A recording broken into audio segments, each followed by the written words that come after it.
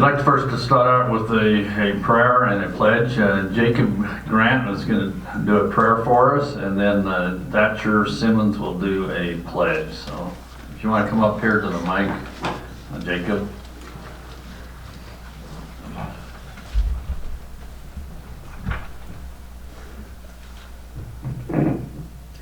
Our dear, kind, and gracious Heavenly Father, thank you so much for allowing us to be here at this meeting, and please bless that we can discuss what needs to get discussed and that all problems can be resolved. And please make sure that you watch over everyone in this building, that no harm can come to any of them throughout this meeting and this weekend. In the name of Jesus Christ, amen.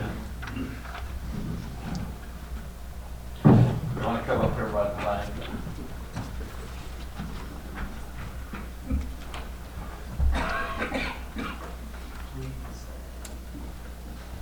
Please repeat the pledge after me.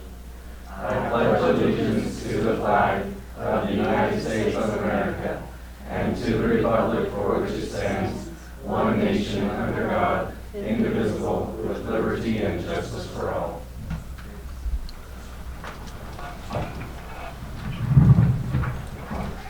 Okay, thank you very much, and welcome all the students here tonight. I hope you learned something. So we have the consent agenda, approval of the minutes for August 28th and September 4th, and the resolution for the statewide utility license agreement with the Utah Department of Transportation. We have a motion. No, you just say, just approve the consent agenda. I'll make a motion that we approve the consent agendas on August 28th and September 4th, and also the resolution for the statewide utility license agreement with the Utah Department of Transportation. Okay, this requires a second. I'll second it. Okay, and roll call vote, starting with Councilman Christensen. Aye. Aye. Aye. Aye. You're the mayor, you can't vote. Yes, I'm just pro tem.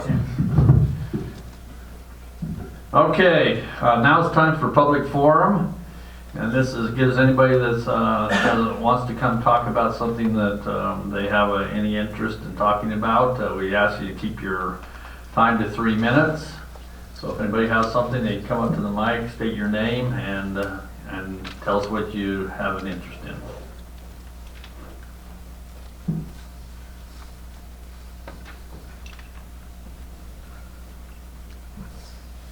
So none of you students want to get up there and say something?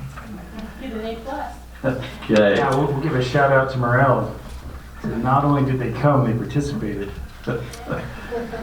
Okay, we'll move on. So we have staff reports. There's no staff.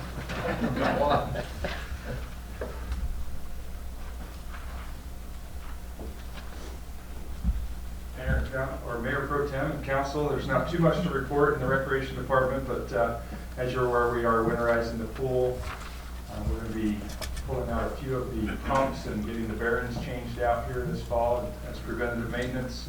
And we'll get the cover on the lap pool shortly. We're looking to pull a few things out, like the bucket dumps, maybe the buckets repainted and a few things before we put the covers on. So we do have that going on right now.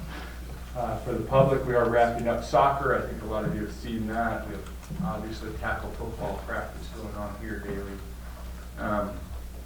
And youth flag football is starting next week. And then for those adults, we have adult basketball and volleyball starting soon. So we'll begin taking registrations for that, as well as youth basketball in the next 4 weeks or so. Thank you. Thank you. Okay, we'll move on to council reports. Councilwoman Hyatt. I don't have anything to report. Okay. Yeah, I don't have a lot either. Just grateful for those who came out to the Meet the Candidate event last night. And it's always good to see high school students You should have been here probably 2 council meetings ago, and there would have been like more exciting stuff going on. But we'll see if we can mix it up for you so it's entertaining. No, I'm just kidding.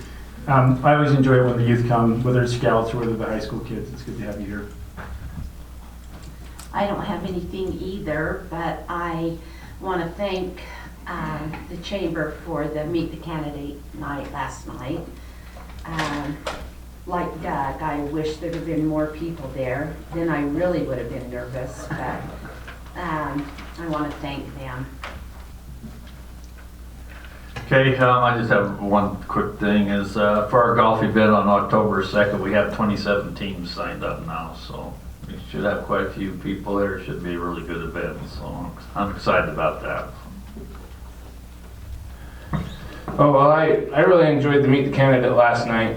I think everybody did a good job on that. And, you know, it was a lot less stress from the audience than it was from the stage. I'm not going to lie. I wish the best of luck to everybody.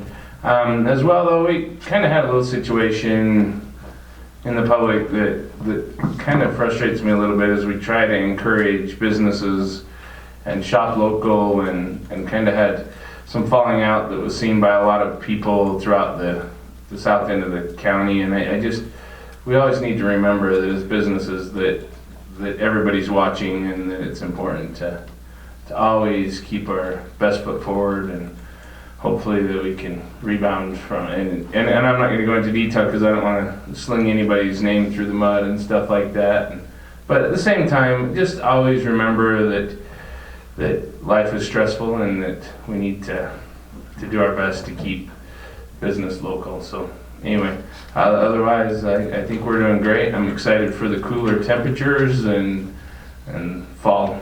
I love fall, but then the snow plows come out. I'm sorry. We don't need snow, we don't need winters. Just fall. Okay, the next thing is an action item for the resolution for the deferral agreement for Intermountain Nutrition. And Jill, is Daniel here, or are you going to do it? I don't think there's scouts here. Anybody need a scout certificate for merit badges? Let me run and get him. Mark, that was down. I'll report.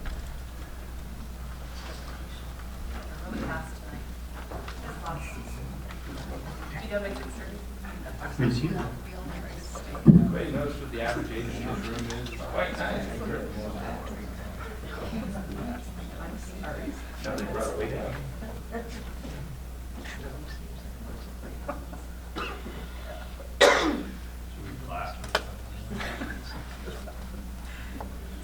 No, because I told him I'd come and tell him when they were getting close. Oh.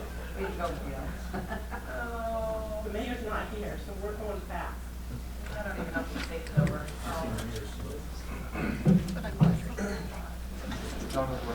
Okay.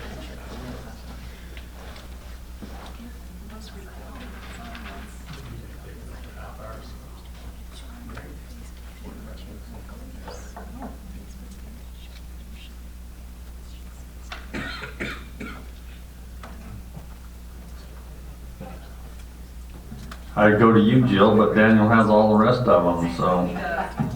This is great. I don't need it very nice. Jill said it was her fault, just so she did fess up.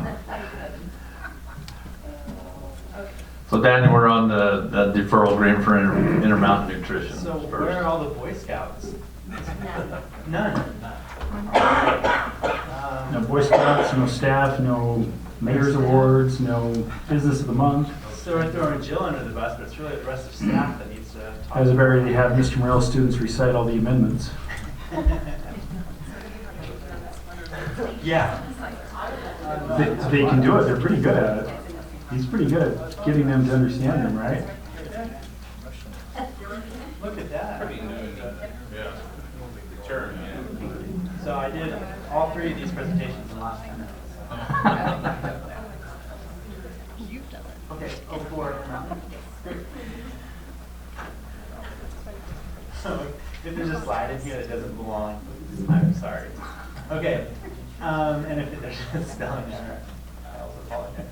Intermountain Nutrition. So this one's a deferral agreement. Intermountain's an existing building on the west side on 200 South, and traveling across the tracks from 200 South. So here's a map of the area out there. So that business has been in operation for a while, and the site's been developed for a while, and they want to do an addition.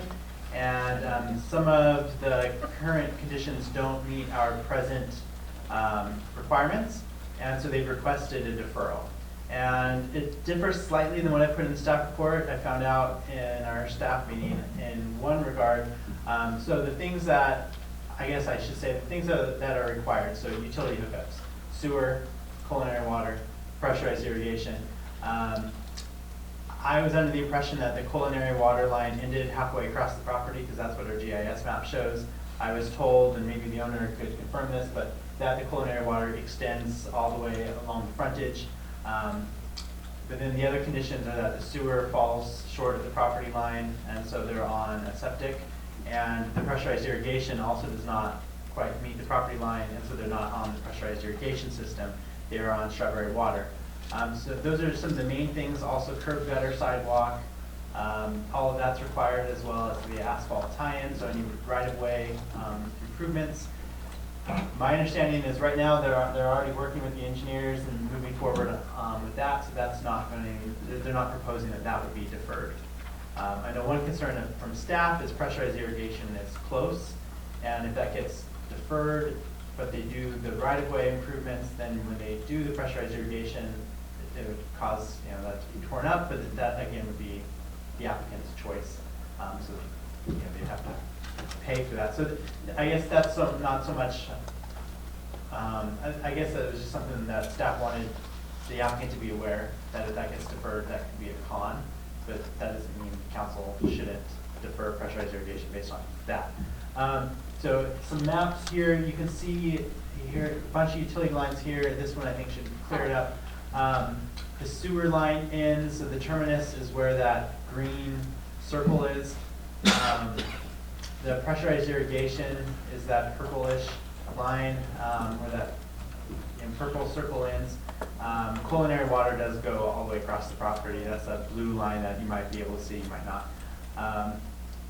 And pressurized irrigation, currently that's 180 feet plus or minus east of the property line, and the sewer is across the tracks and about a half mile away. That's, as a crow flies, it's like 2,200 feet.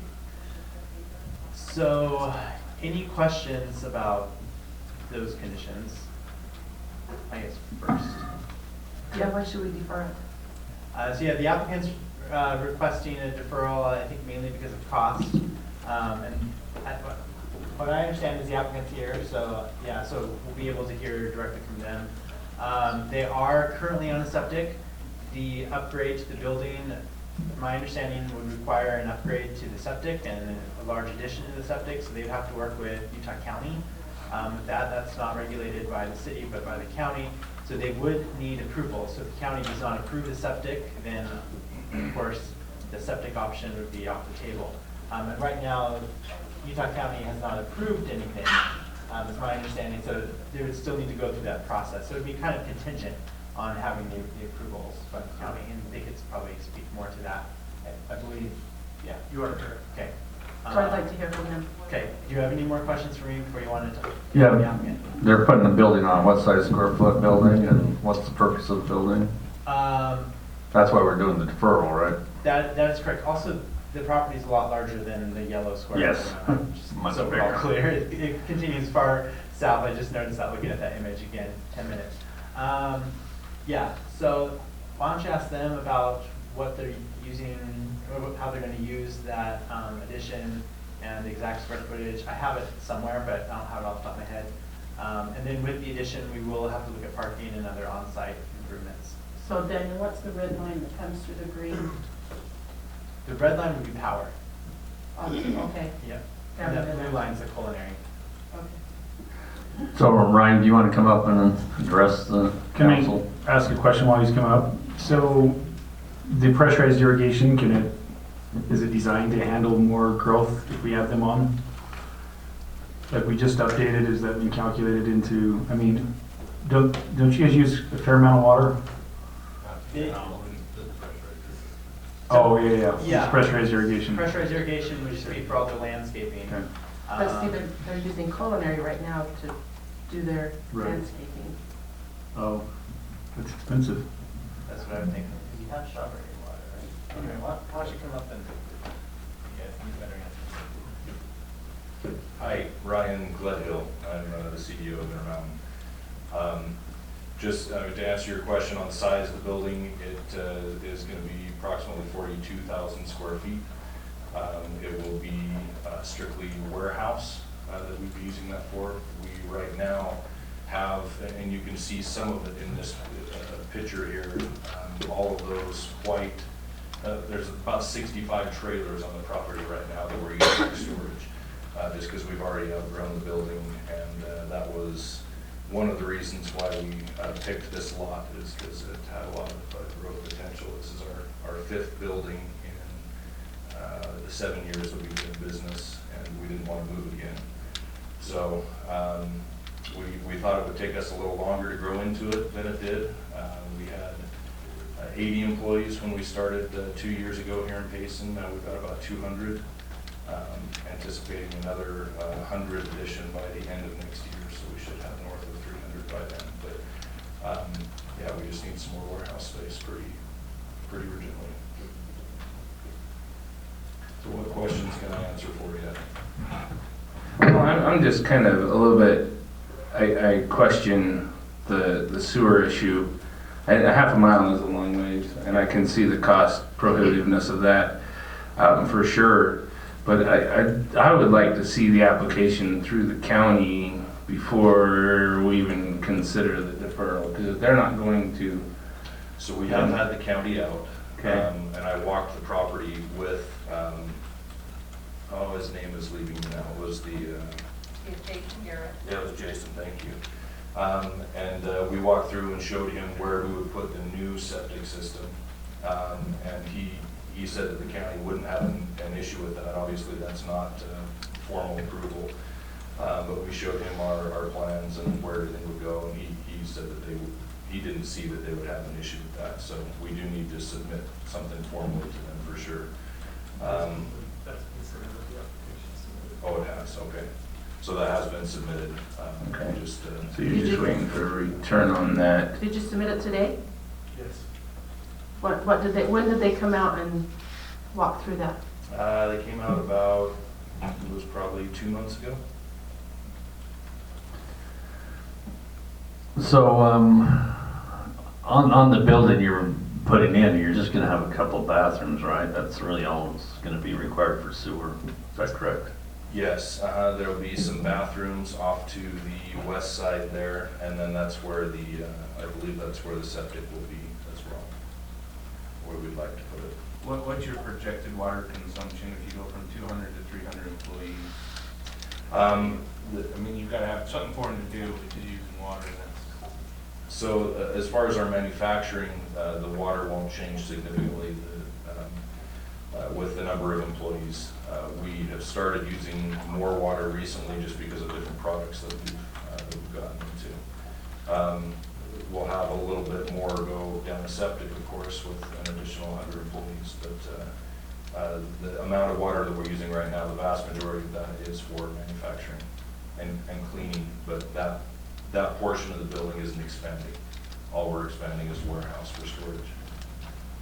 So you're going to put a brand new septic system in there and do away with the old one? The old one would actually stay under the current plan. And they were okay with that? Yeah. They Because just- when I talked to them, they said that you could only have one septic system. And then if you added another one, you would have to start all over.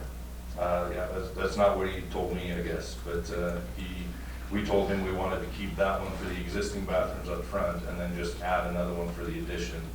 And he said he didn't see an issue with that.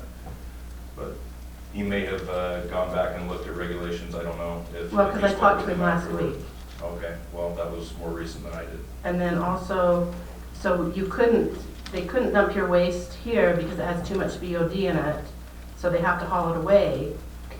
And that was another thing I talked to him about is, so that liquid is going into the ground that has the BOD in it. And how are you gonna prevent that? When I talked to them, they said you probably need a pre-treatment system for that so that it doesn't go into the ground because you are polluting the ground with BOD. And if you're gonna do a pre-treatment, then you have to go through the state. Yeah, I'm not sure. I know that they've taken some samples of the soil near the existing septic, so I'd have to see what those came back with and what the county suggests. Well, I agree with Brett. I think that you need to get that cleared through the county before we pass this, because they may come back and say you have to do the sewer anyway. Well, they told us we wouldn't, that wouldn't be their Yeah, you have decision to do. You have to give us a really good reasons for us to pass this. That's what they told me. There has to be some really good reasons because they feel like you should put the sewer in also. Because you've already had one deferral. So when you have one deferral, why should we give you another deferral? Yeah, I mean, the cost of bringing the sewer out there is over $3 million. So So it'd be cheaper for us to relocate to a different city than. So who gave you that estimate? Contractor that we had bid it out. Just recently? Yep. Because Nestor said he would sit down with you and go over it because he could give you a pretty thorough, he could tell you how deep it is and everything, and there's actually 3 places that sewer could come in from. And that's another thing too, is they have to look at where would be the best way for that to come in. Yeah. So, Ryan, I just got a quick question for you on the pressurized irrigation. And since it's really close there, would it make sense just to put that in now so you could start using that instead of culinary water for your grass and everything, you think? Yeah, if we're only 180 feet away, that would make total sense to do that, Yeah, I think so, and then you don't have to worry about tearing it up later and Right, everything. yeah. It'd be Okay. cost prohibitive to do that Yeah. later when the sewer comes in. And I don't know, I'm sorry, I do play the devil's advocate quite often from up here, and I apologize. It's all right. I'm never out to make you feel like I'm not on anybody's side, but I always like to try to think outside the box. But I'm looking there, that sewer line does run vertically parallel to your property.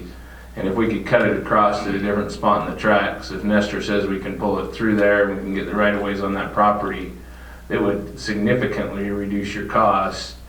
Is it possible, can we table this for a couple of weeks and give you some options and let us see what your overall cost is? Because I mean, I don't want to scare you out of town, but at the same time, if we can get it down close enough and make it feasible to get across there and then give you a 20-year plan where you can recoup some cost as people tie into your sewer line, which is a possibility. We can legally set that up as anybody that ties in has to pay you back what it cost you to put it in.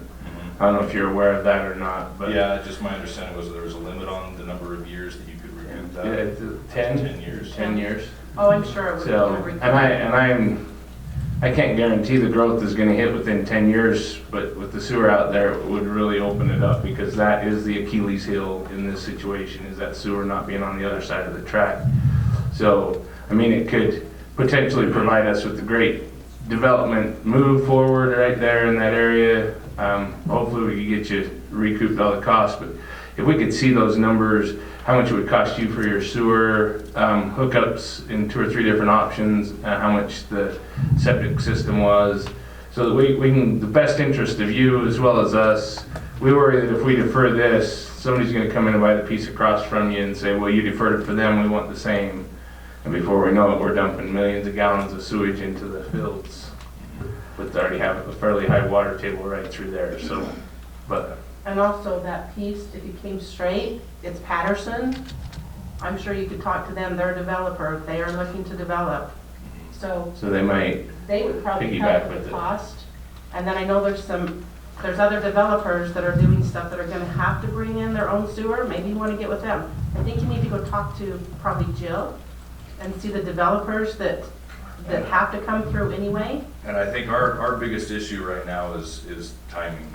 I know something like that, and especially with that big of an investment, is going to take quite a while to get everyone together and on the same page and who shares what costs. And because I mean, we're talking about a significant investment for all of the different buildings. And For us to continue to grow, I mean, if you came down and took a look through the facility right now, we're just absolutely packed. Well, together. I can see the cars on the outside. Yeah. The numbers increase exponentially on a daily basis. Yeah.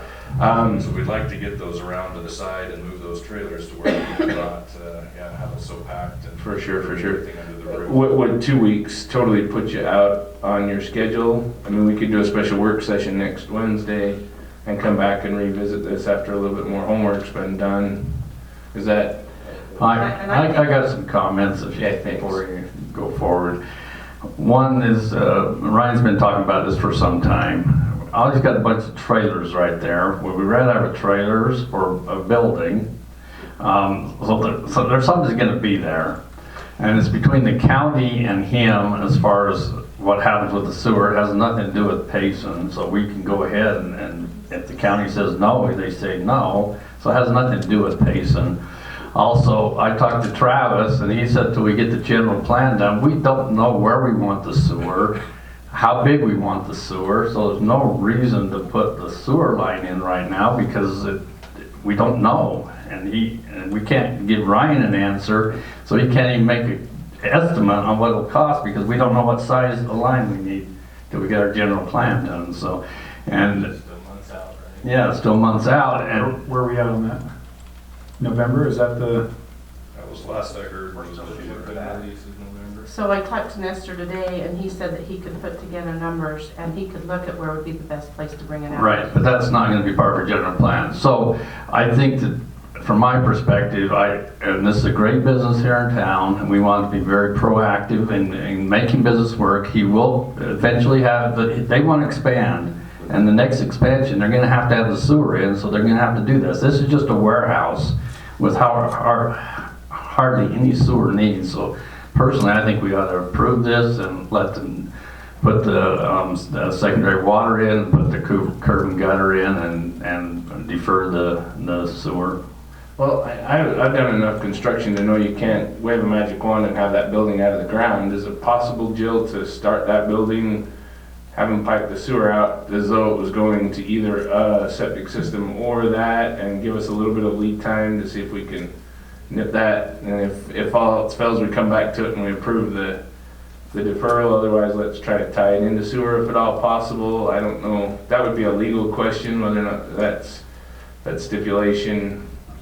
So that way we're looking at the best. I really want to make sure that we're doing what's best for everybody, and I don't want to run 300 jobs out of Payson. I'm not going to lie, but I'd like to see it go into the sewer if possible. Daniel, is there an answer to my crazy question?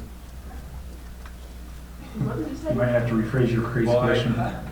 So my question is, can we give them a building permit contingent upon the sewer resolution happening prior to That's the only way they completion? can get the building permit is if they have the sewer in. If I they mean, the have, septic, or, well, we can give a building permit, but we can't give occupancy until the sewer is resolved. That's It's right. resolved So- sewer before, yeah, anyway. Yeah, that might work if the applicant were here saying, I am happy to do both.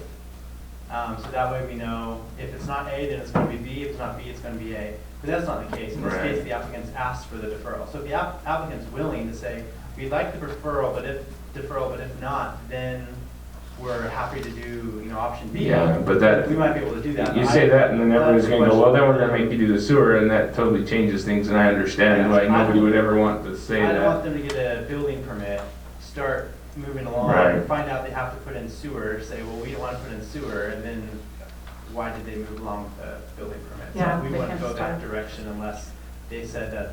they Well, would install. maybe I'm implying that if the county approves the septic system, then we'll grant the deferral, but I'm kind of, is that making sense? I think that is the appropriate delay period of time that we enter into it once we know that the county has approved something that allows for a delay. If not, then they would know that they have to make other plans. But we're not, we're not agreeing to defer something that the county, it will be subject to the county. Yes. Right, It is right. contingent and it'll be null and void without. And I agree with Mark It's in the Yeah. agreement. and Brian. I think it's the county's decision to But decide whether, That's the time frame that we're talking about, and the agreement already is contingent on the county approving it. And if the county doesn't approve it, then the agreement, already addresses it. So, I don't wanna hold him hostage, time-wise. And I understand that, I'm trying to buy a little time without saying yes or no is kind of what I'm after from my perspective, to give you the chance to maybe meet with Nestor and see if there are a couple other places we can bring that in that might be closer. And we want, I mean. And also meet it with is the our- county. It is our preference to hook into the sewer. I mean, we would much rather have that than deal with septic. It's 100% about the cost. I mean, with how much we are growing right now, it's incredibly capital intensive to, continue to grow at the rate that we are. Our lowest growth year has been 60%, and so it requires a lot of capital. And so, even an extra $1 million, if we had to do that, which would be a significant portion of the overall cost of the expansion, would be a major obstacle for us. So it definitely is our preference to hook into the sewer, and we're willing to, get together with a group of whoever we can out there to try and do that. But one, timing, and two, just the cost of fronting that and then having that come back to us over a period of several years is obviously not ideal when we'd have to get a loan in order to do that in the first place. Yeah. So I know the yellow box isn't correct. Do you guys own to the railroad tracks that way, or is it more vertical? Correct, yeah, it comes around the back side of that subdivision. That And subdivision then goes there. southwest. So it would be on your own property, you wouldn't have to obtain right-of-ways where that blue line is down near the bottom? Just Not from where there the blue line across. is, not on the west side of the tracks. Okay. So Mark, what is our policy ordinance for doing a second deferment? I don't know that we are restricted by anything to be able to continue to defer, because we're already deferring the septic system. It's an expansion, but it's deferred, it is being deferred at this point in time. Approval, what triggers it coming to the city council is the fact that they're expanding. And so, it causes that they reapply for additional deferral, if you will, because of the new building. I don't know of an issue that says that is not allowable to defer it, defer the expansion also. If those services aren't there and the council sees that the cost of expansion, I don't see the fact it's a second deferral. Now, if the county has something as to an expansion of a septic system or something like that, I can't speak to that. That's Yeah, they need to talk to them. yeah. That's something that you guys really need to take care of. Yeah, we've been That in probably should have been contact with taken them. care of before even They can't move now. forward unless that's done, so it's not really the point, because they have to do that. I know. So, and that's kind of where I am. I'm kind of with Brian and everybody, is like, they can't move forward unless they get the approval from the county, so we can hold them up, but they've got to get the approval that you want anyway to move forward. My only frustration is that we're just months away from having a master plan done for the sewer, and I just hate to possibly shortcut something that could be planned out better, like we could know whether we could cut across. So that's my only heartache with it, I think. And that's just a matter of timing, where we're at and where you're at. And I think part of that is basically they put millions of dollars in to put some bathrooms in, basically all it is. It doesn't make economic sense to do But we're that. still setting a precedent here. Well, but we have, If someone else comes and asks for the same thing and we don't give it to them, they will sue us, and every one of us is liable, plus the city. The I've already one big typed into difference it. I see though, Teresa, is that we'll have our master plan to back us Well, at that point in that's what I want time. the master plan to back us. But But we can't wait for the master plan, a projected November, but it could be June, could be a year from now. It really honestly could. And at the rate we're growing and every change we make, I mean, this information will have to go back and be added to the master plan now and say, well, this is what's going in here and change things. I don't know. Well, I think that they ought to go sit down with Nestor. He offered today that he would sit down with you guys and he would look at the best place where it would go. And he could give you the pretty much close to what it would cost. And there are, like he said, other places. There's other people out there. I know that there's 45 acres just west of you that several developers have been in here, but because there's not the sewer, they haven't been able to do anything. But if you bring it, they're gonna hook on that fast. So it's just a matter of time. Yeah, and I think that's our issue. Is that And I we don't think just it's that much have time because like they've been in the talk to jail, they've come into the DRC meetings to ask what they can do and that's where it stops is, but if you bring it down there where you have to bring it, they're another 800 feet, but they're gonna be able to sell their ground to a developer and the developer's gonna have to pay you because now the sewer's there. So it's not like it's gonna take that long. I don't see it taking that long to recoup your money because I know that guy's desperate to sell. Okay, so, I just think we need to table it for a couple weeks. I think you need to go in and see Nestor. This is the first they've heard about Nestor too. Okay. So you can't take that away. Well, no, they know Nestor. Well, I know that they know Nestor, but No, this no, is the I know. first that they've He's- heard that you said he would help. He's willing, yeah. Right. This is the And first. so then I think you need to get in touch with the county. You need to go take your plans over there and you need to sit down and tell them about the BOD being high. And actually, they'll probably come out and test it anyway. They usually do on pill companies. Yeah, and we've talked with the county, and I'm sure that we'll be having many more discussions with them. And so far, from everything that I've heard, there's not going to be an issue with the county with us adding that. They know it's a temporary thing for us.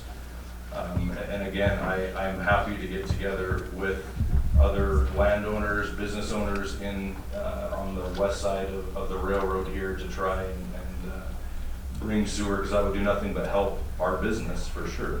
I mean, that is our preference. But I mean, those things take months to get together. I mean, we're not looking at something that's going to happen in a couple of weeks. And I would be happy to have you guys out there and walk through. We are desperate for more room right now. We need to make a decision on what we're doing. I bought this property because of its expansion ability, and I definitely want to expand here. Payson has been fantastic to us. I've had nothing but good things to say whenever anyone asks us about it. But putting in the sewer, bringing it from the other side of the railroad is a cost that I'm unable to bear on my own, and it's just going to make it non-feasible for us to move forward if that's the case. one thing about it too, is talking to Ryan, is that their plans are to expand and have another building, and when that another building comes, because we'll be manufacturing, not warehouse, that sewer's gonna have to be there. So that gives him the time to bring that sewer in for the next expansions. Projecting 3 to 5 years or 5 to 10 years for that next expansion, or is it hard to say depending on the economy? I thought we would be 5 years on the first one, and we're at 2 right now. So, yeah, I mean, I could give you a number, and every time I've done that with every building we've been in so far, we've been far short of that, so. It's a good way to set goals. Okay, if there's no more discussion, do we have a motion? So just for clarification, we're just looking to defer the sewer, not the curb and. On curb and gutter, Okay. or even this PI now? Yeah, I understand what Councilwoman Hyde is saying, but they're going to go through that. They're going to talk to the county. That's all got to be approved. So if the county says no, then we're done. And if the county says yes, then they move forward. But it's still the county's decision, which is what we're wanting. So I don't see a reason to defer this. And I would actually recommend that if there are developers that you know that are out there, they should be contacting them. If they want to develop, that's incumbent upon them as well to go. Well, it's just getting everybody together. I mean, Right. it's amazing. Well, and that's what I'm saying, but I'm not gonna hold them up. If they'll sit around and wait, they might save themselves a couple $1 million, but it makes it tough for them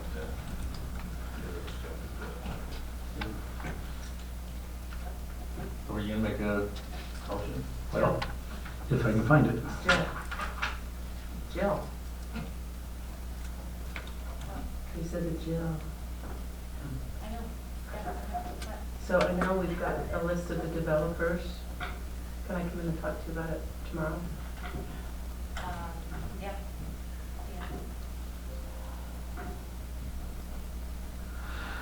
Okay, I'll make a motion that we approve the deferral agreement between Intermountain Nutrition and City of Payson. Do you have a second?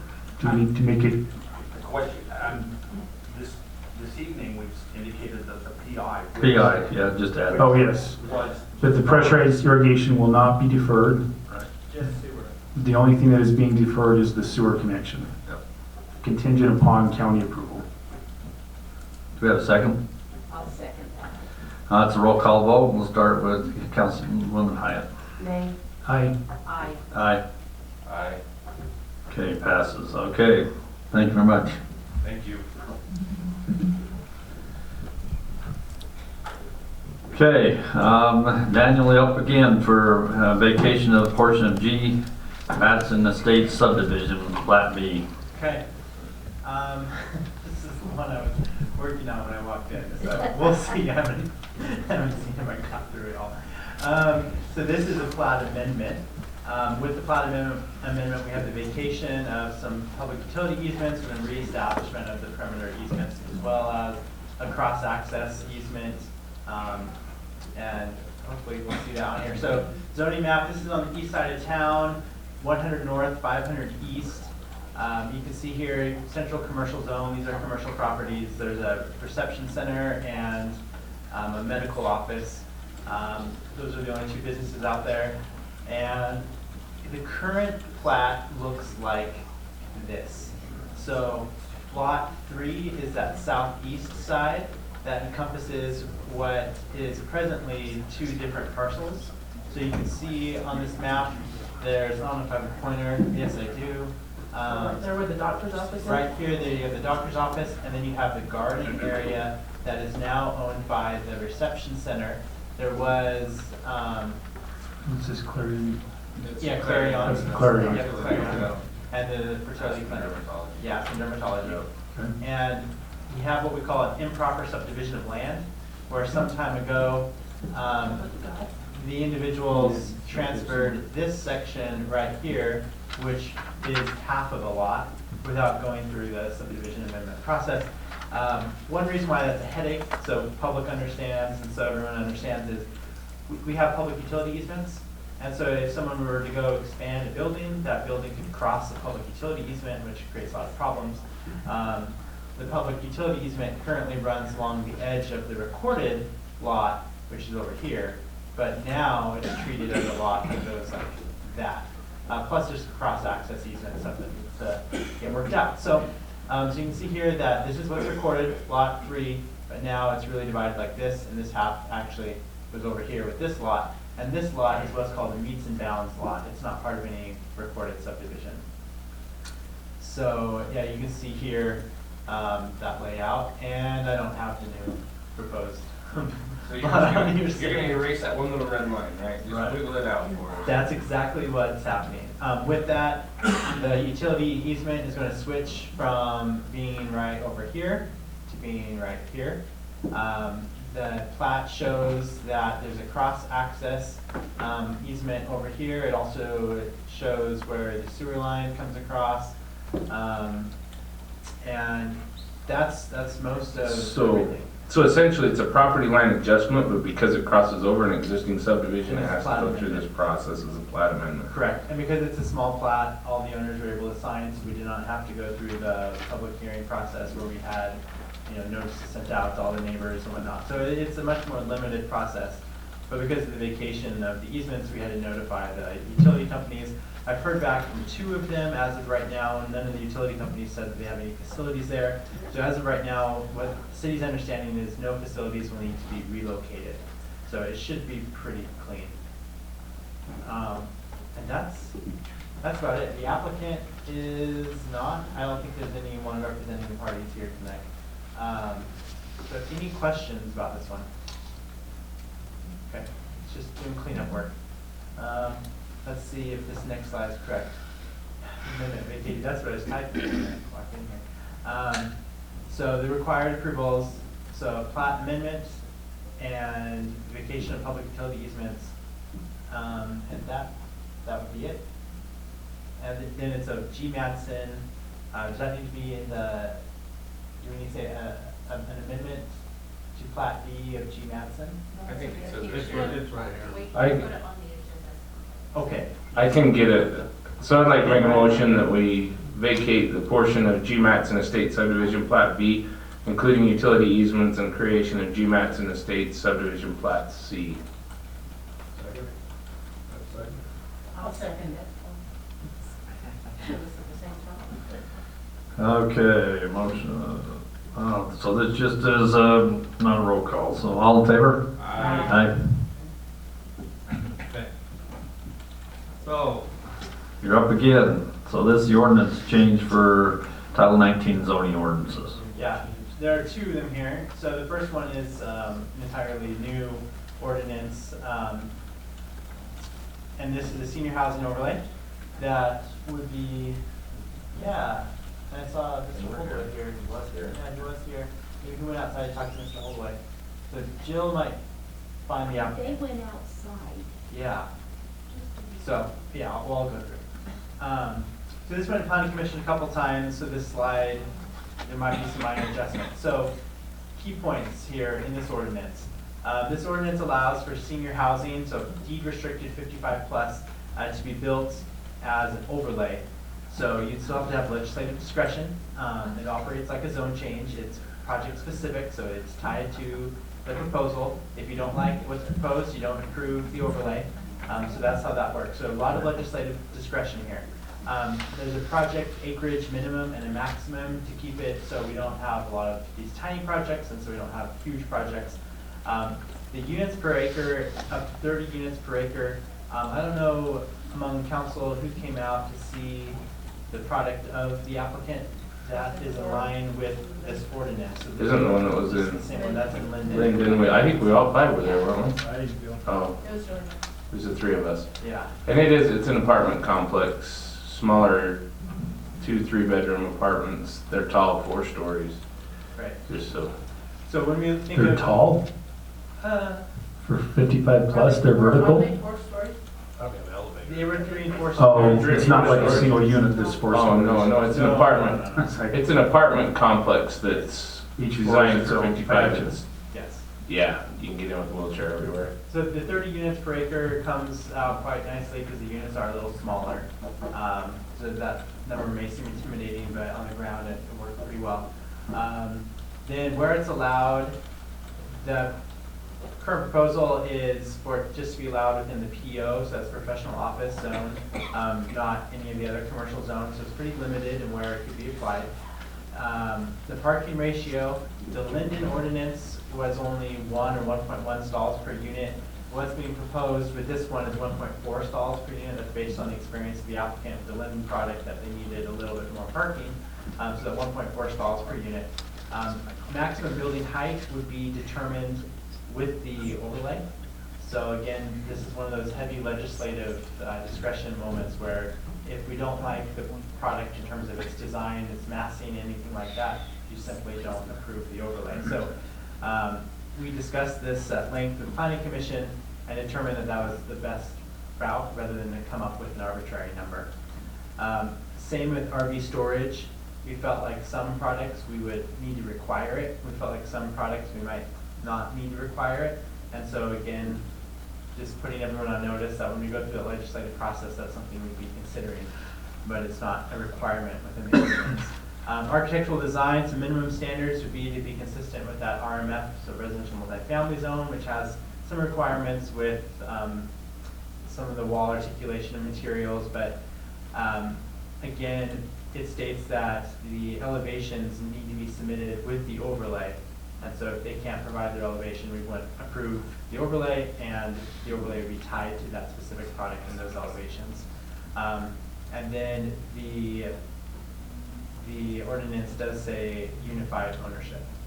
So any questions about that or anything that you read when you were reading the ordinance? Well, I came in a little, it's been a crazy day today. I had parent-teacher conference and stuff, so I didn't read all the way through it.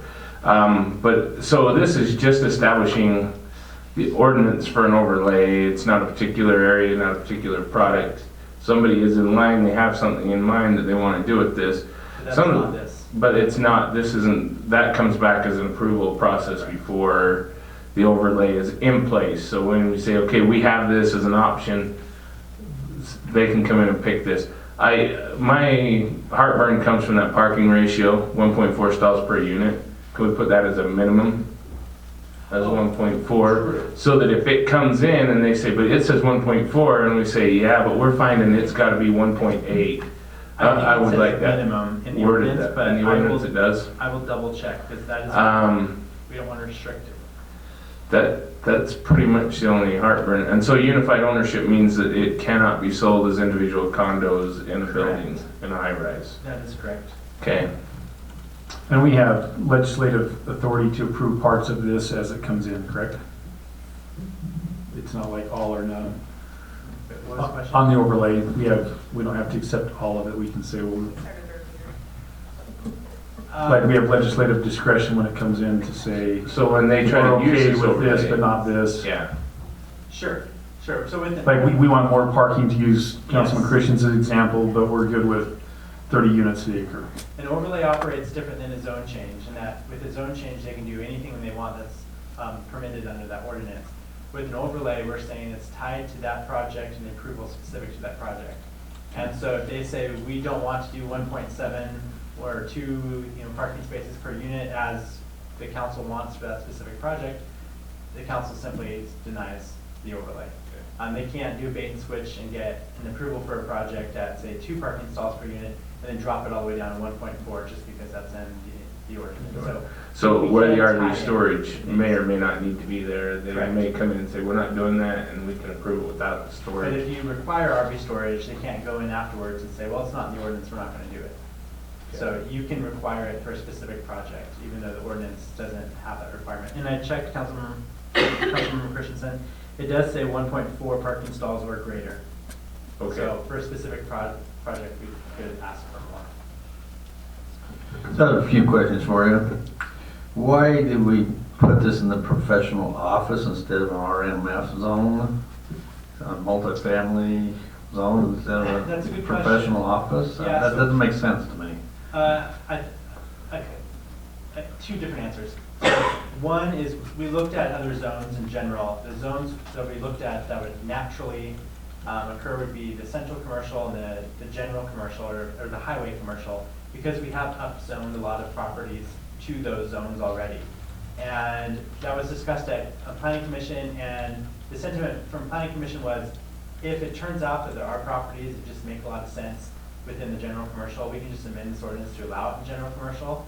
But right now, we're saying PO because PO tends to be by other medical facilities, which makes sense for 55 plus, closer to the hospital or other services. And it's more limited in its scope, so if we're using this as a guinea pig, we're keeping it tighter. Now, for the RMF, I think one reason why we didn't do the RMF is we don't really upzone property to the RMF.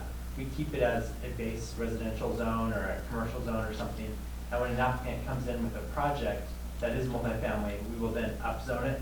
So we don't have a lot of property lying vacant around town that's already upzoned to, and I hope everyone knows what I mean when I say upzone, but like already given that additional density without a product. So if you look at a zoning map, we don't have vacant fields that are RMF. So to allow it within the RMF wouldn't really give an applicant much because there's no RMF property really around town. Right, but wouldn't that be through the zoning process? That would require them to get a zone change. And then Right, also right. overlay. They could just get the zone change to the PO1, not already PO1.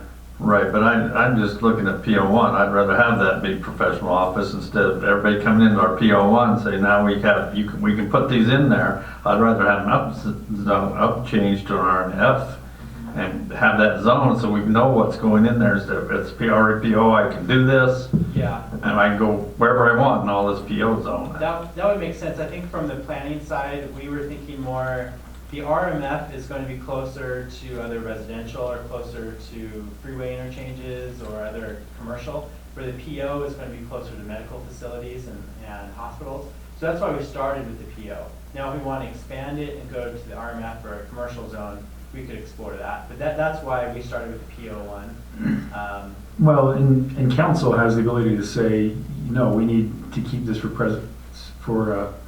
professional offices. Like, we can say no. Correct, definitely. And that would be upon us now or councils in the future to understand and have that vision for the future and make the right decision. And I'm gonna add another couple reasons, Councilman Hewlett. One is, we had an applicant that was very prepared with submitting this application, and he provided us an ordinance to work with. So he went to another city, found where it worked well, gave us a template ordinance that we could use, and in that community, they had it in a commercial zone. And then also, just looking to the master plan for the Holloway property, for that 40 acres, the applicant has already received our PO1 zoning for there. And so it was just a logical extension of that too, about allowing in the PO1 zone, so it doesn't have to go through the zone change, it's just a matter of doing the overlay zone. And then also it's complementary to other uses that are allowed in the PO1 zone, specifically assisted living center, which is also part of the applicant's proposal for that entire area. So, but we could possibly look at other zones that this could be used in as well, but we felt like, as Daniel had mentioned, looking at the uses allowed in the PO1 zone, looking at location, knowing that another application is going to be right on the heels of this, we felt like PO1 would be good. The applicant actually suggested the GC1, but the planning commission's like, let's work through the PO1, let's see how that works, especially with the amount of density. We felt like where the GC1 zone is located, it's probably not the most appropriate use, but yes, density would be very similar to RMF. It's just whether or not we would like to see the 55 plus near the interchanges. And could I piggyback on that real quick? We have a special needs housing ordinance, and that special needs housing ordinance is for the PO1. And special needs housing is assisted living centers, but it's also, it lists 6, 7, 8 different types of special needs housing, all of which are allowed in the PO1, and all of which many of which allow for higher density. So this one is similar to those, plus we felt it's similar to the other PO1, which is why the special needs housing is in the PO1. So PO1 really encapsulates the medical side, but also the housing that meets the medical. So that's why, but yeah. I guess you passed the test, you guys. Thank you. We did feel like it was a test, obviously. No, it's a good question, so I wanted to answer it. I do have one more comment, and I don't know how to, I think it's addressed in yours, but I don't know for sure. But we had a gentleman in here that does a lot of real estate, and he brought this up on his own because we're talking about trying to get Home Depot here, but that he said he's seen a lot of problems with this 55 and older, this type of apartment complex recently. And he's seen, and I just want to make sure we have enough meat in here that they build it, and then pretty soon it's not 55 and older anymore. And so I just want to make sure we have enough in here that we have enough ways to follow up and make sure it really stays a 55 and older. We require it to be deed restricted. Beyond that, with this one, well, I think that's part of why Linden City wanted it to be single ownership, because it was easier for Linden City to track versus if it's condominiumized and you have all these separate owners. And so now we have one management company that would manage all of the units, and so it'd be easier for the city to get data or follow up with that management company and make sure they're following deed restrictions.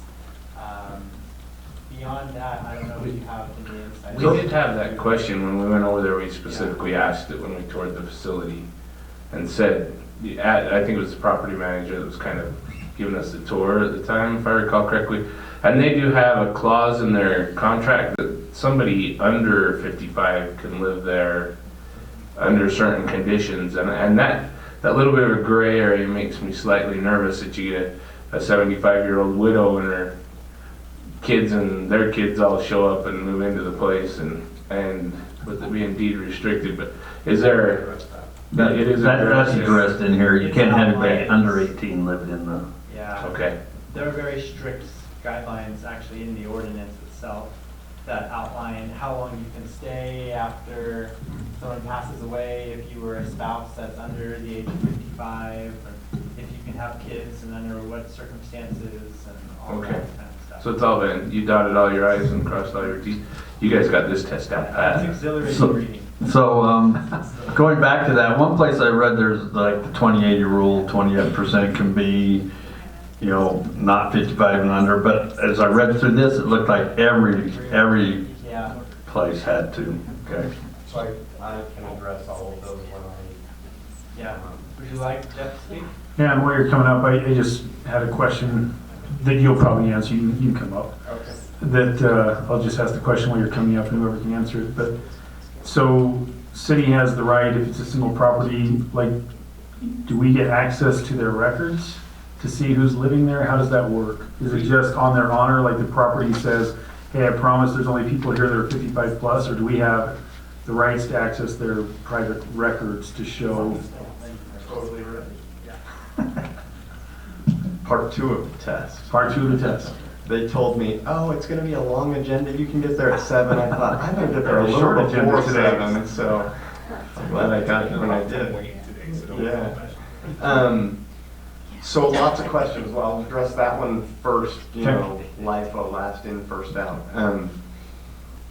Linden City just had this question recently. I was at a planning commission meeting there for a different project and zone that they're looking at doing. I live in Linden and have developed there. And the planning commission chairwoman said, oh, I've heard that not everybody at Avalon is 55 and older. And I said, oh no, that like, you know, don't be calling that out on me, because. And then the person sitting next to her said, oh yeah, in Orem. I said, well, we're not talking about Orem. We're talking about Avalon here in Linden. But here's what happens often. The federal law, which one of you quoted, says 20% of the units can be rented to people who are not 55 and older. So age restriction is legal discrimination, right? Because we're not supposed to discriminate age, familial status, etc. But it's legal discrimination, and the federal law states that. The Linden Ordinance, which is what I've proposed here in Payson and that we're doing, takes that 20% off the table. All of them have to be 55 and older. So I went back to, 2 weeks later to the next planning commission. I said, okay, here's what's going on. You're seeing this in Orem because they follow the federal law, but in Linden we follow the code that, was adopted here. And I had the management company print out a rent roll for me of every individual and their date of birth in every unit, because they have to collect that. I could not give that to the city council, but I gave it to the planner, to the staff. And he was able to say, yes, I saw it. I mean, I guess you could say, well, did they falsify the record? But no, I mean, it was, Right. And you had some where, there was an 80-year, or not 80, but 75-year-old and a 30-year-old. And he's like, is it? Not my business, but I think it's an adult child who is helping take care of mom or dad. Because the last name was the same. I guess it could be a spouse. I mean, that's not my place to judge. But you had, 10 or 15% of the units like that. No one under the age of 18 can live there. And so, most of them are 1-bedroom units. You've got 1 bedroom, 1 bath. 2 bedroom, 1 bath, 2 bedroom, 2 bath, and 3 bedroom, 2 bath. And most of you, I think, were all of you there? No, okay, I know that we only missed like a I need to couple. go out because 30 units to an acre still gives me heartburn. Have you seen it? I haven't. Okay, because I am said, happy to set up they're another like, tour anytime. they're all on board, but So you can have the it gives treats? me a little bit of Yeah, you tell me when, I'll get treats. Come on. We can do it. So, They were neighbors' pastries. You ever remember? so those are great questions. I'm just going to visit. I've already seen it. I know questions about the parking came up. So when the ordinance was created in Linden, there were parking studies done for senior housing facilities of apartments, 2 or 3 of them, I think it was 3 of them in Salt Lake County. There weren't any in Utah County that they could use at the time. This was like 5 years ago. And all of them showed less than 1 parking stall per unit was all that was required. So that's what Linden passed. We built it and we wished we had had 1.25. It was just not quite adequate. So when I proposed it to them, I proposed it at 1.4, which is 40% more parking than the Linden ordinance has, and probably 15% more than we felt was necessary. Again, just trying to get it where we felt was right. So that's how we came up with that, based on our experience with that particular apartment project in Linden. When we toured the facility, to give you a little bit of an idea, they have a theater room in there. They had a weight room. They had a game room. They have a commons area in the middle. The base comes in. It was a couple of stories high right in their entry. They had staff on hand the whole time. They had a couple of elevators, the stairs, and it was really nice and peaceful in there. Yeah. You know, and it didn't have that sensation of holy cow, there's 6,000 people living in this building, because they're 1 to 2 people per unit. So What's that? Isn't there a maximum? Yeah, but I don't remember any units that actually have 3. Some of the 3 bedrooms, you have an older couple who sleep in separate bedrooms. You know, the CPAP or the whatever, you know, just it doesn't work. And then they have a genealogy room, or the woman who for sewing room. 40 years sewed the dresses for the Tabernacle Choir. One of the bedrooms is that. So we moved her in and she said, hey, do you want to see what they're going to wear in spring? And I was like, yeah. So I got a sneak preview of what the dresses were going to be. So it was kind of fun. And if you're in doubt, go see it, because it was eye opening to me. I would be happy to set up another tour, Dan, or you know, however we want to do that, and invite whoever that didn't make it last time. Most of the amenities are in the building. I don't know if I have time. Brian didn't see it either. Oh, Most of the amenities are inside the building.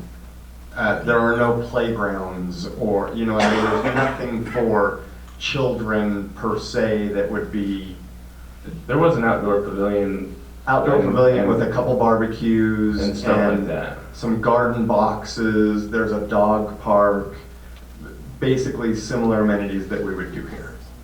So So the kind of last question I have, I'm pretty much on board here, but the change in ownership. So Jill and Daniel, there's going to be a deed restriction on the deed. So when it changed ownership, they'll see that here's all the things you have to go through as you own this. Because, you know, it's great if you're owning it, but once the next person comes, there's, who knows? And so that was the reason that he mentioned. Linden specifically said these cannot be condos. It has to be apartments, because we want one owner.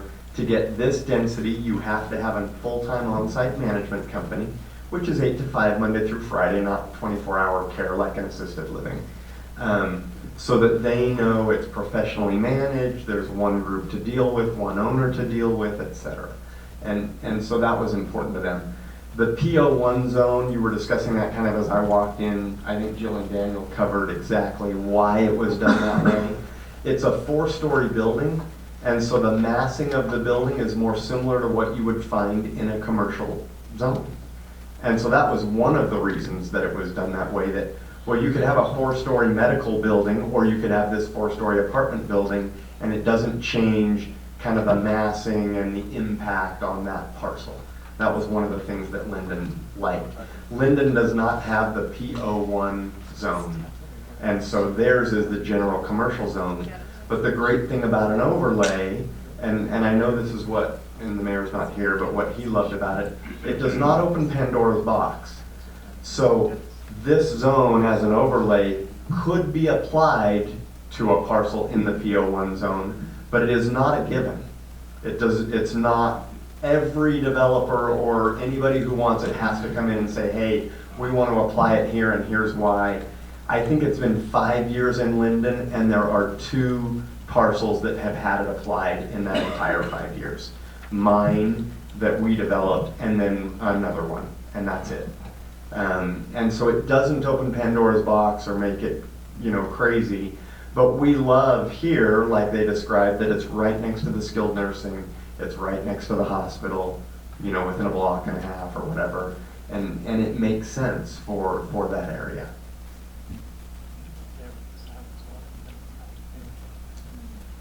So did I pass? Yeah. We'll have to vote on it. I know that the people that we've talked to, like in the elevator and out, loved it. Yeah. Well, they're all had to do a pop-up. Yeah, I loved it.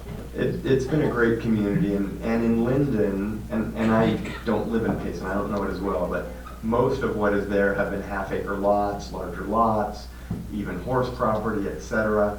And there reaches a point in time where many of those people can't live in their existing home, but they don't want to leave the community that they love. And then a lot of the people honestly came in because they had younger family children who lived in the area, and mom now needed to be closer but still wanted to live on her own, and it was a great opportunity and resource for them in that way as well. So that's where most of the people have come from. Any other questions? Okay, yeah, thanks for bringing the ordinance, and I like the deed restriction, unifying ownership, and how many can be in, and that to be all be 55 and over, at least one, so. And we like that better too, because if you move into a facility like that, you don't want to be Right. on both sides with a family with, a bunch of younger children. That's not what it's set up for. So. Great, thank you very much. Any more discussion? Okay, do we have a motion? Not yet. Oh, sorry. We have one more change to Title 19. Okay. So we can do this under one motion.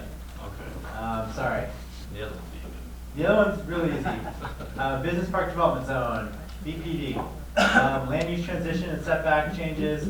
Currently, we have no land use transition standards. We just have standard setbacks for the zone, no matter what. It's 30 foot for the rear, and then for the interior side, corner side is a little different, but I think for interior side yard setbacks and rear setbacks, 30 feet. So the proposed changes. Land use transition. Well, I guess first let's go setbacks. So the proposed change for setback is 10 foot rear and 10 foot for the interior side.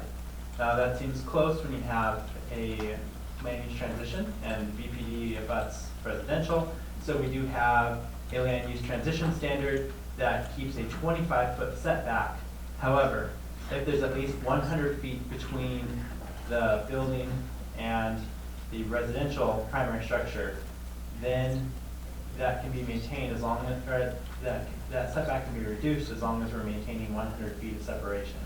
That can be reduced all the way down to a setback of 10 feet, as long as, again, that 10-foot mark keeps the 100-foot buffer from the building. Does that, I'm just trying to envision this. So you're saying if somebody comes in and builds a property and they're 100 feet away from the existing home, so, but what, 100 feet's wide enough they could put a house between the residence and that structure, does that null and void that? Does that limit the person's property, or is that a decision that's made after the fact and they put the house, or that's their own main fault? Yeah, so that's a good question. The reason why the language is like this is because the BPD zone doesn't really ever abut residential except for in a couple areas. And in those areas, we have several hundred feet of separation, and they're more like residential ag properties. And when those properties develop, the general plan shows that they'll be industrial. And so we don't anticipate any residential subdivision occurring to bring, say, like an R175, R110, something like that, subdivision close into our business park. So that's just not going to happen. So that's why we kind of just threw out some numbers, because it fits for this specific area. We don't anticipate ever using this BPD zone elsewhere in town because it's very site specific. Yeah, it's just for the business part. Yeah. Perfect. Any discussion from the council? We have a motion? How do we motion this? Just proposed amendments to. I make a motion that we approve the proposed amendments to Title 19 zoning ordinance. Have a second? Roll call vote, let's start with Councilman Christensen. Aye. Aye. Aye. I, Okay, does somebody want to do the last thing on the agenda? I move that we adjourn. I'll second that motion. All in favor? Aye. Aye.